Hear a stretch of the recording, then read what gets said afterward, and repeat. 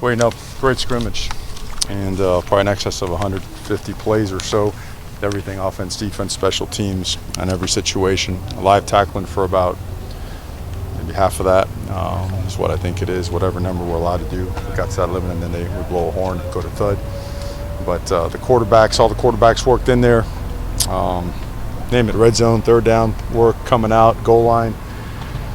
2-minute situations, 4-minute situations, overtime a couple times. All in all, just a very productive day. Progress, miles to go. So, sound like Byron had a couple of scores and did particularly well in the running game. Just like watching it from the top or something. Well, you've got an inside guy who puts it out there. So yeah, I'll have to find that guy and have him go work with you or something like that. So. Well, how have you seen from Byron? Did a really good job. He better grow up fast. You know, he did have a personal foul after a run during a 4-minute drill. Ain't gonna tolerate that here. But he did do a really good job with all the other stuff and has had a really good camp. So a really bright future for him, and overall positive. What goes into the timeline, this decision making for quarterbacks now that you had both scrimmages, Mario? We're close. Joe mentioned executing and finishing drives compared to the first scrimmage. Did you see that happen? 9-day difference. Yes, sir. Feels like that first scrimmage, the defense had their way for most of it, and early on in this one, the offense came out, and they came out fast and strong. They finished drives. First series was a 3-and-out. After that, they got going, got the momentum, played fast a couple times, but nothing. We're not a super high tempo operation, but just all in all, very efficient, operated really well, eliminated penalties, especially pre-snap penalties was a big issue. Scrimmage one, played cleaner, played faster, and finished. Really try to finish plays. There were some good efforts on defense as well.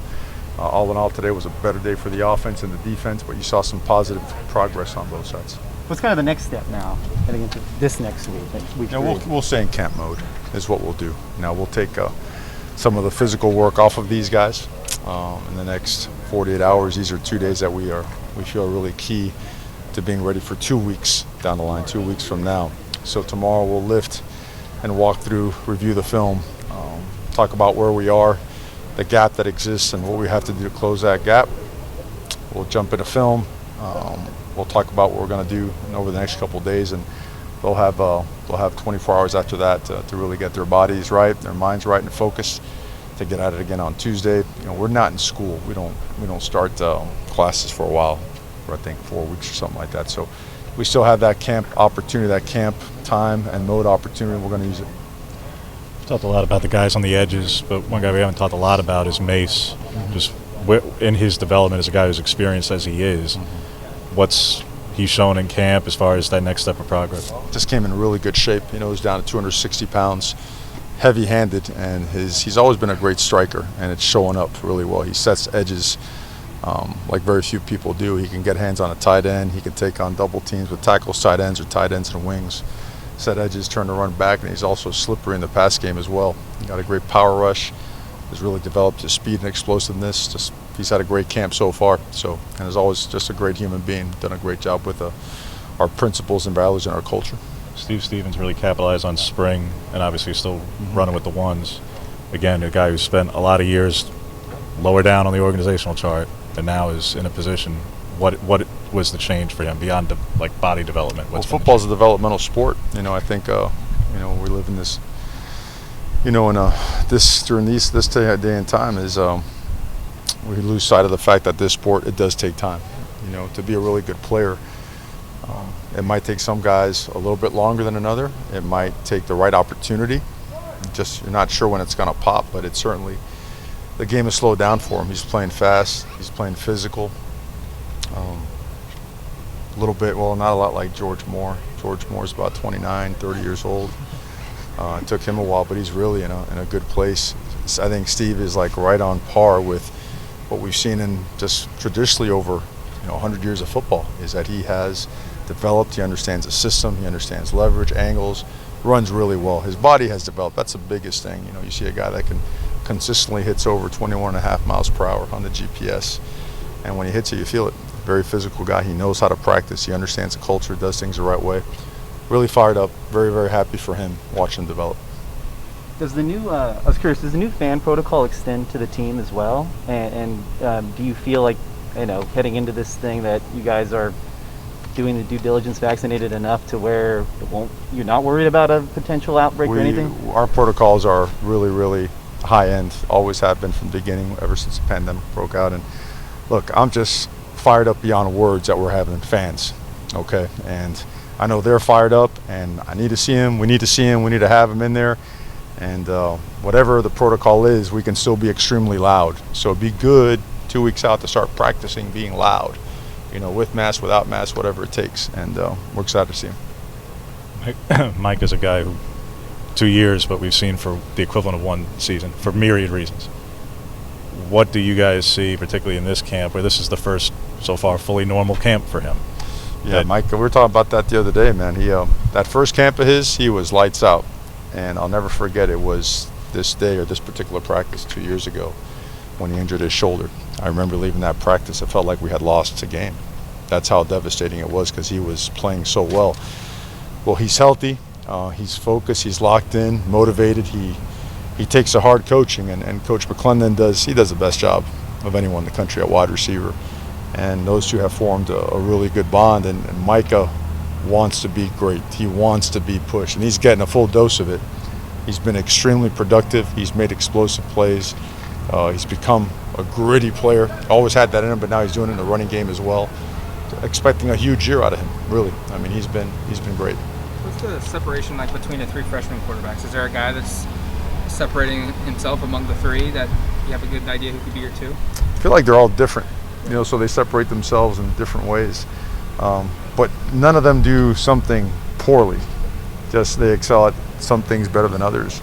At the end of the day, it's about moving the chains and scoring points. So we have enough in our offense where you can play differently with each one and not really come off the rails with the system. So all in all, it's just you're looking at three guys that have been pretty accurate, that from a decision-making standpoint are lying in the 88 to 94% range. It's not good enough, but it's getting there.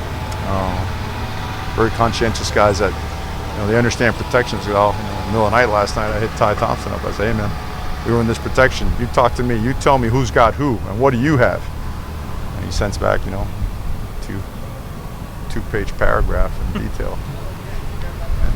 And I thought I had him, but I don't know. Maybe he had the playbook beside him and he was cheating or something like that. But those guys, they take a lot of pride in that. Anthony's done a great job. Anthony had a really good day today. Ty had a good day. Butter had a good day. Robbie continues to get better and better. And it's tight, It's one of those deals where, look, it's somebody's going to be disappointed at the end. And that part, it's not fun. But it is real. But one thing, if you look at it for what it is, every one of those quarterbacks should be enthused about their future because they all got a shot. They all got a shot to be the guy that's competing against the guy. They're all right there. We did a really good job evaluating guys with high character and that want to compete, and we'll find out. We'll find out what we're about here in a little bit. In the spring, Anthony was the clear-cut number one. Have those guys closed the gap at all, or is Anthony still pretty in a good spot? Gaps. Talking about closing gaps. They're all better. Like we feel if we played our quarterbacks, we're winning. We're going to win football games. Anthony continues to get better. Anthony allows himself to get pushed really hard. I mean, that's how we work here. We don't cross the line of demeaning. We say on demanding, and because we know that right now we're playing in front of an empty stadium. Soon that thing's going to be filled up. We're going to go to places that are filled up and make a lot of noise and make things difficult. So we have to create those types of that type of duress, that type of pressure, and see what type of response we get by being very precise, very accurate, just being very diligent with attention to detail that's unmatched. We could do that on a consistent basis, and that's how you create separation. They've all, it's like, they're getting there, but also Anthony's pushing ahead as well. Sure. So as the gap closes, there's also push on the other side. We've talked about the changes in roster management, the initial counter. I know the AFCA and Football Oversight's talking about it. I guess they got feedback this week. Nick weighed in nationally. Your thoughts on the various ideas that are out there? Have you talked to Todd Berry at all about all this stuff, whether it's you get 5 back or 7 back or certain triggers or guys who go to the draft or any number of these different iterations of all this?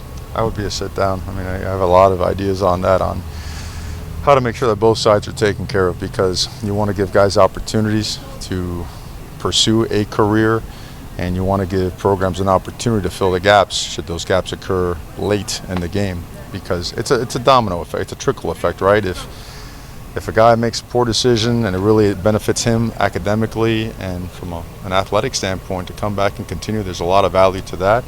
There's also a lot of value to the fact that if a team is decimated by departures at a certain time of the year and you can't fill those gaps with the caliber of player necessary to even function at practice, now you're looking at injuries, you're looking at a lot of extra wear and tear.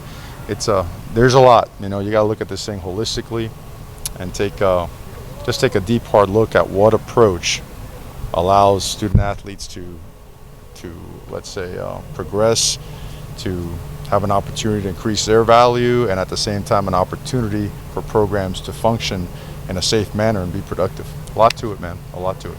The young wide receivers. Last question. The young wide receivers all had their moments in the first scrimmage. What did you see from them today? They had their moments today too. They really did, and big moments. I don't think that anything that we do, I don't think playing in a packed stadium in this conference or anything is going to be too big of a moment for them. I think when you go against our corners, you're going against some of the best there is in the country.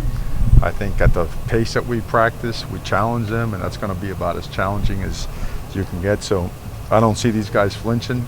I see these guys instantly making an impact, and we're going to force the issue. We're going to press the issue. We think that they're going to be ready to do it. So.